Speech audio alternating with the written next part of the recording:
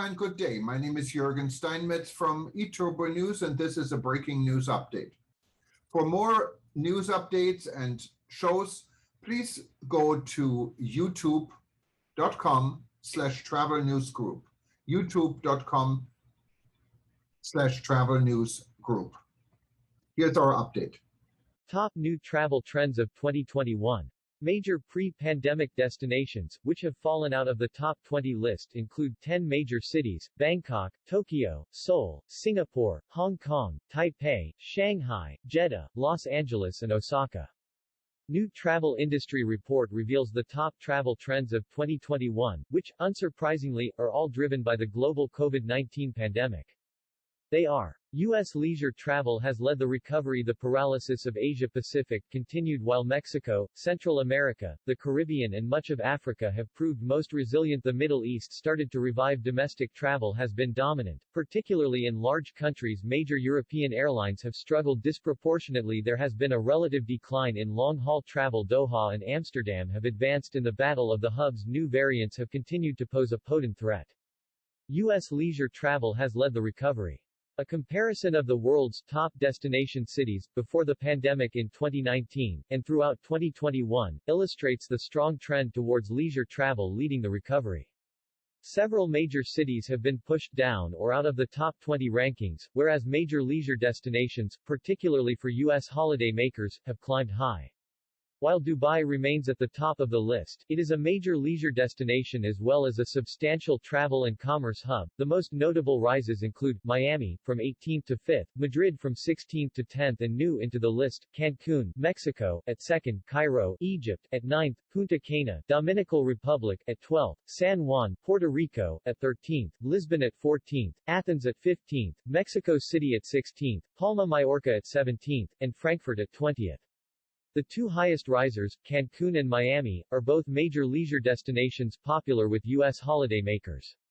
Most of the new entrants lower down the list are also leading leisure destinations, popular with European holidaymakers. Doha, which entered at 7th, has done particularly well as a hub for transits. Major pre-pandemic destinations, which have fallen out of the top 20 list, include 10 major cities: Bangkok, Tokyo, Seoul, Singapore, Hong Kong, Taipei, Shanghai, Jeddah, Los Angeles and Osaka. Paralysis of Asia-Pacific continued while Mexico, Central America, the Caribbean and much of Africa have proven most resilient. A review of worldwide travel in 2021, broken down by region, reveals the extent to which international travel was paralyzed. Overall, international air travel was just over a quarter, 26%, of its pre-pandemic level. The Asia-Pacific region reached just 8%, whereas Europe achieved 30%, Africa and the Middle East 36% and the Americas 40%. A comparison of travel between the first and second halves of the year, H1 and H2, shows that global international travel more than doubled from 16% of pre-pandemic levels to 36%. However, the recovery was extremely uneven. In the Asia-Pacific region, flight arrivals grew from 5% of their 2019 level in H1 to 10% in H2. In Europe, they grew from 14% to 45%, in the Middle East and Africa, they grew from 24% to 48% and in the Americas, from 30% to 52%. Within the regions, some countries were much more resilient to the impact of COVID-19 on travel than others. The standout destinations which best maintained their visitor numbers were Central America, particularly El Salvador and Belize, and the Caribbean, all holiday hotspots for U.S. tourists. Many of them managed to record visitation rates in excess of 60% of 2019 levels throughout the year. The same degree of travel resilience was true of around 24 countries in Africa. However, their level of resilience is a little less noteworthy because many of them have economies which are much less dependent on tourism. The Middle East started to revive. Travel to various Middle East destinations also exceeded the 60% benchmark in H2. Most notably, travel to Turkey climbed from 33% in H1 to 67% in H2 of pre-pandemic levels, and travel to Egypt grew from 37% to 72%. Dubai held its position as the top city destination, and Doha overtook Dubai as an air transit hub. Domestic travel has been dominant, particularly in large countries. While many countries have been able to impose severe restrictions on international travel, citing the need to keep their own populations safe, imposing equally stiff constraints on one's own populations is politically more challenging. Consequently, there has been a relative rise in domestic travel, particularly in geographically large countries such as Brazil, China, Russia and the USA, where it is possible to fly for a few hours without crossing the border. In China, domestic travel volumes returned to pre-pandemic levels as early as September 2020, however, they fell back in January and again in August, owing to a resurgence in cases of COVID-19. In Brazil, Russia, the US and China, domestic travel rose respectively to 148%, 128%, 87% and 76% of pre-pandemic levels in the second half of 2021, compared to 50%, 28%, 39% and 1% for international travel. Major European airlines have struggled disproportionately. Largely due to the trend towards domestic travel in large countries, airlines in those markets have managed to weather the COVID-19 storm better than carriers whose business has been more oriented towards short-haul international travel. This is illustrated by an analysis of the top 20 airlines in 2021 compared to 2019.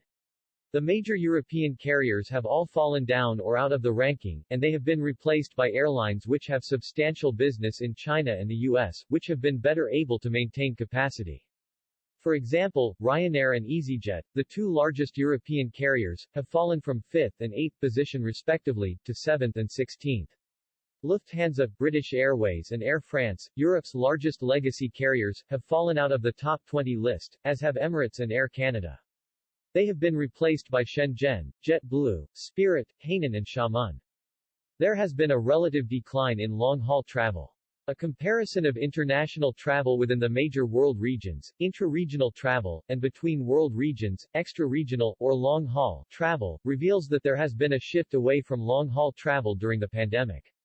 In 2019 the ratio of intra-regional to extra-regional travel was 56%, 44%, but in 2021, that had changed to 62%, 38%. The pattern has also changed, with a greater proportion of people within Europe and the Americas traveling intra-regionally rather than long-haul. The trend can be explained by a combination of several factors, including the effective closure of one region of the world, Asia-Pacific, the increased cost and difficulty of traveling long-haul during the pandemic and frequently changing pandemic travel regulations, which disproportionately deter people from booking long-haul travel, as it is typically booked and planned with much longer lead times.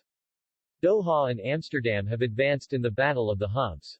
In the Battle of the Hubs, Doha overtook Dubai to become the preeminent hub airport in the Middle East, connecting air traffic between South Asia, Middle East, North America and Sub-Saharan Africa. In Europe, Amsterdam closed the gap on Frankfurt for intra-European transits and connections with North America. Pre-pandemic, the top 10 list of global hub airports was headed by Dubai with 7.7% market share of intercontinental flight connections.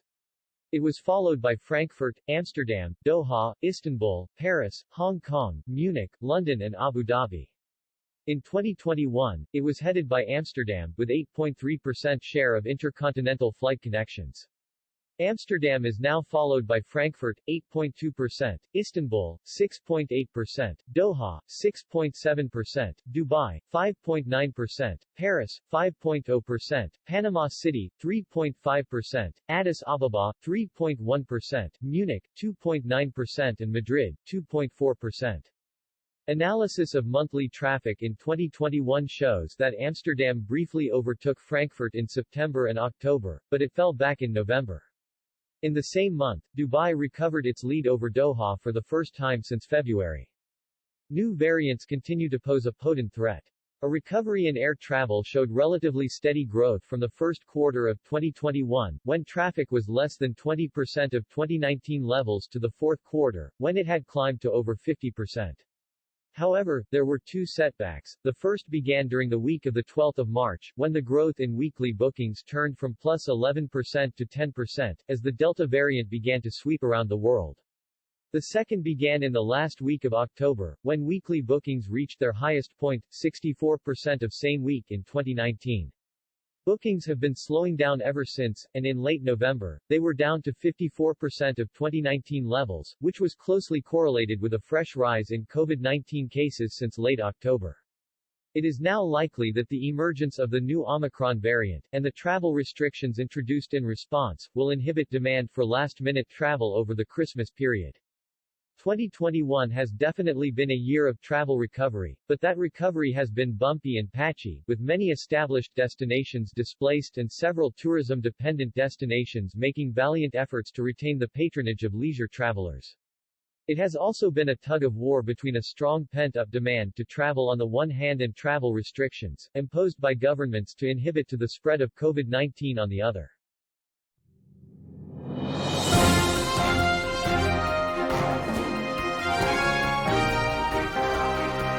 Thank you for listening to our news update. There's more on youtube.com/travel news group, or you can read us, of course, in going to our news portal at eTurboNews.com or travelnews.online.